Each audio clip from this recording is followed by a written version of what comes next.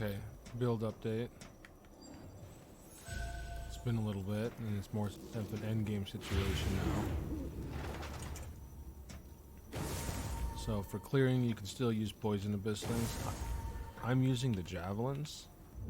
So you'll see these are a little bit lower level right now. This is what I'm using, and I'll go over this setup second, but I figured I'd go over this first since this is what most people will be using. The only reason I'm using these links is because of not wanting to re-roll the colors. And I just kind of stuck with these colors, so I'm using spell damage. I'd probably stick with minion damage if you have it, and minion speed, and then replace this with one of the poison ones. These are both still acceptable, but you can change out projectile acceleration if you want to. But for clearing, multi-shot. And they still do pretty well. So we'll kill a few things with them real quick. And then we'll go over a couple of the other items. This is them under-leveled for the area they're in, so I haven't been using them as much anymore. And they still kill through everything pretty quick. So you can use poison abysslings forever. I've had people come in and talk about all the abysslings. These have been the favorite. So that's why I'm going over them. The lightning abysslings, I've seen some people try. They don't like the way the bolt works. Almost everybody that's tried it has said the same thing, so we stick with poison for now until somebody comes in and wants to build for something else. But yeah, here's poison just kind of clearing the map. What the boss was killed by was the Javelin Abysslings. And this is most likely the Abysslings you guys are going to be using.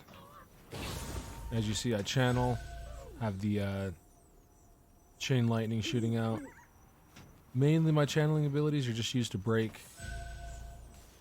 any destructibles that are around.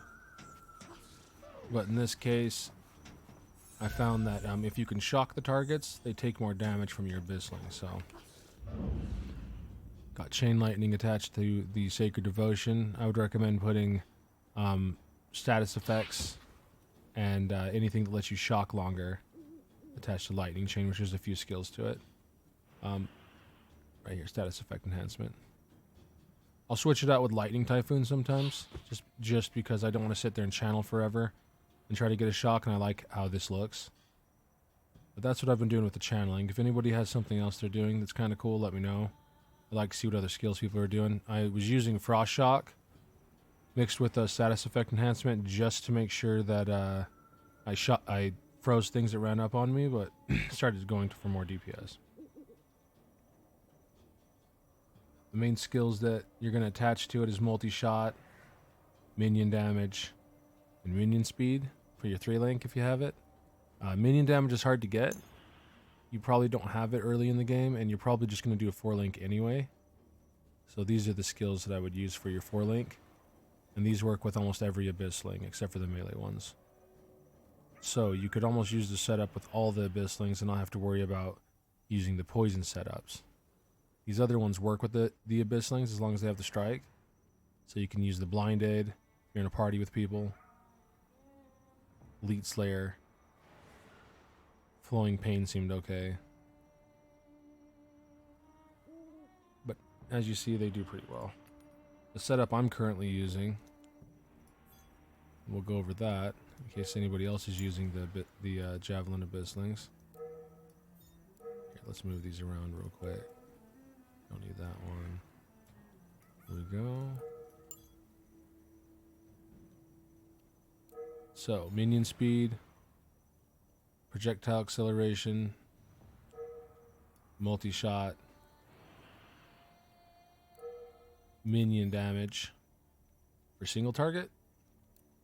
And for not single target, you're just going to switch out either minion damage or the attack speed for chain. And this will allow you to chain around the map a bit. You can use split projectiles if you want, but chain's been the best one for me. And then armor penetration, you'll have to proc this. But it's not too hard. You can just use normal skill link runes at the alchemy vendor. And then additional physical damage.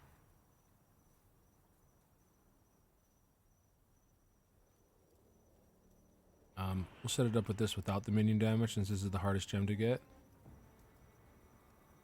And we'll switch over to the Abyssling javelins. That is the build. That's the build you're going to use for your javelins, and that's going to be the most asked question, I would imagine. Is how do I set up my Javelin Abysslings, or how do I set up any Abyssling, really? Well, most of those gems will work out for you. You can move it around however you want, but those will be the ones to kind of maximize your damage. Other than that, you're going to want Mark a Focus, Gather Minions, and Sacred Devotion, and then finally you're going to use this toggle, and that's going to be your Unite Crowd, Enrage Crowd. Enrage Crowd is really powerful. You get extra crit and attack speed, and this is at the late game, so anybody that's new to a summoner, these are the moves you're going to use at the end of the game. So if you're trying to figure out what move to use while you're leveling up your Abysslings, just kind of stick to whatever you want. Try whatever you want until you get the channel ability. This is the most damage for a pure summoner.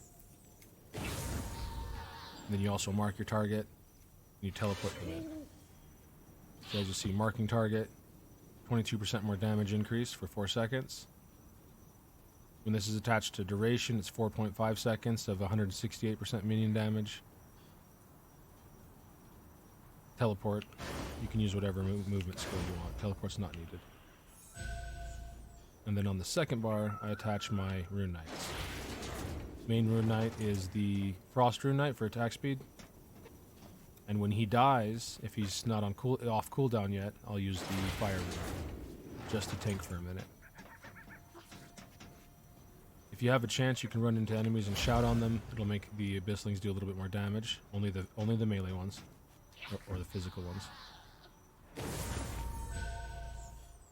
That's going to be the main thing for your build there. The only other question you could really have here is, what am I going to do for my Relic? This is at the end of the game. I'm using Sefdar, but there are ones, check, that are for minions. And they have minion skills to help minions. So you might want to check into those. Sefdar doesn't seem to have very good minion skills. It's just sentries.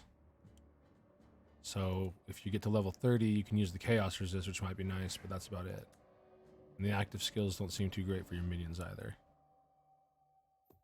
The reason why we use this, though, is because of this charm. The Sefdar's Blessing effect is amazing for minion builds, especially if you're going full damage. So I would recommend trying to get a full Sefdar set and see what that does for you. I'm still trying to check that out. So if someone has a better idea, go ahead and put it in the comments, but so far that seems like the best thing to go. Here's the minion stats. When they're buffed for, let's see what we're buffed for here. Yeah, so we'll give you the single target damage stats.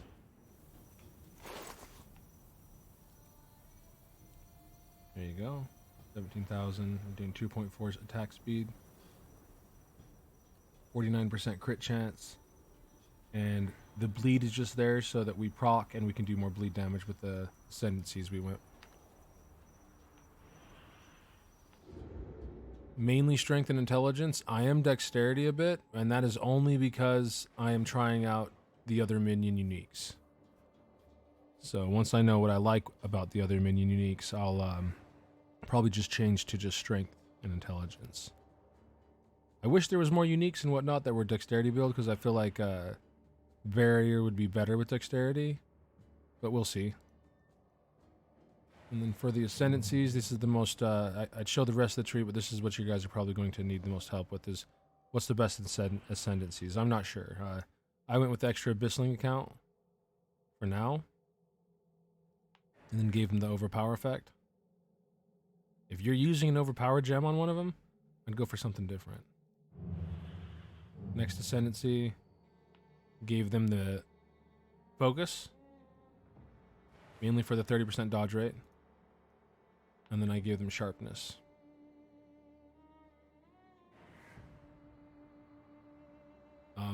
Probably a better option instead of making your minions more tanky, mainly because they die and melt anyway, is going to make yourself a little bit more tanky with Unite power.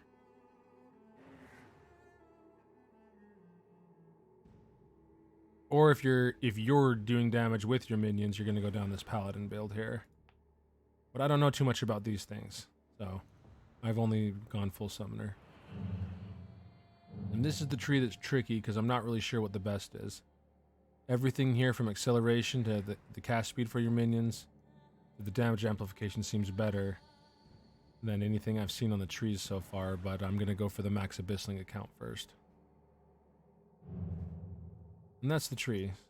So strength and intelligence, and you're mainly going for minions. If you want to go tanky minions, go for it.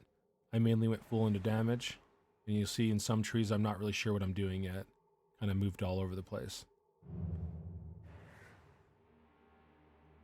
But it does work out pretty good. And that's going to be the main things that you do. Make sure that when you're at the end of the game that you get your Relic, and you keep leveling it up every day. Seems to be really important, and this is going to be how your charms and everything interact. So make sure you're doing this every single day. I don't think there's too much else to show you, so that's going to be the main thing. The last thing here is these up here. If you haven't seen these or know how to use them, it shows you off to the left here on a diagram what's going on. Right here is where the only rune that will be affected by it. In this case, the only rune that really I'm using is this. Increases the rune level by 1. This does not affect anything. And it's working on my main minions. So they're level 28 instead of level 27 like they should be. There's the DPS they're doing right now. It's 49,000.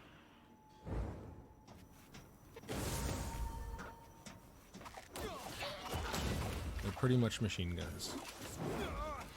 If you haven't seen these before, this is what the Javelin Abysslings look like. You're just making machine gun turrets.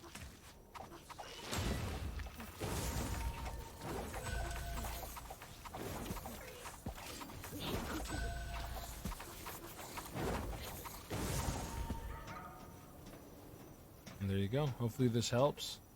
And if anybody has any questions, don't forget, I'm always on twitch.tv/crazeblade. And I'm usually on, so you jump in and ask me some questions about the summoner. I can show you some things.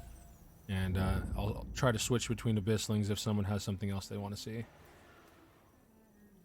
So there you go. And then one last thing is the double rune knights. If someone's not sure about it, just make sure that you're always leveling one of them a little bit more than the other, because it's hard to have mats, especially if you're free to play. If you're welling it up or whatnot, just do whatever you want. But if you're free to play, kind of stick with one Abyssling. Don't worry about leveling up these abilities because they're just for debuffs. And your minion auras and whatnot, they are leveled up last. The main thing you're worrying about is a rune knight and an Abyssling. And then your second rune knight, because you kind of want 2 for boss fights, is you can keep them a little bit lower. They're only there to tank for a moment while you wait for the cooldown on the main one. And if someone's used the Wrathful Rune Knight or proc that, let me know how that works.